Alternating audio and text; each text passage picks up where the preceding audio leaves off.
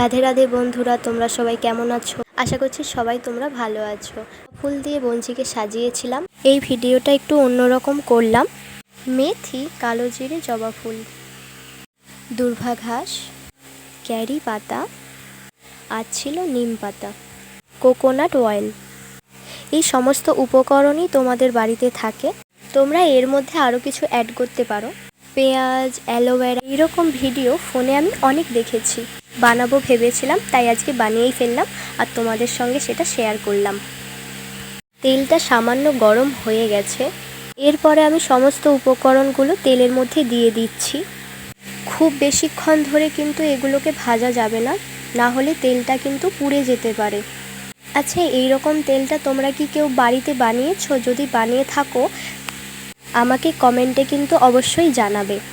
এখানে কিন্তু কোকোনাট অয়েলটাই ব্যবহার করতে হবে, অন্য তেল করলে কিন্তু হবে না। আঁচটা কিন্তু খুবই কম রাখতে হবে। 4-5 মিনিটের মতো এগুলোকে জাল করে নিতে হবে।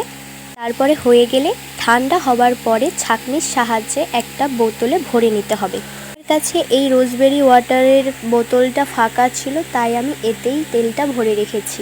তোমাদের কাছে যে কোনো বোতল থাকলে তাতে ঠান্ডা হয়ে যাবার পরেই কিন্তু তোমরা বোতলে ভরবে।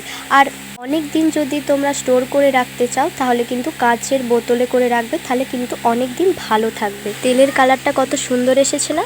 আমি, মা আর বোন মাখবো এই তেলটা।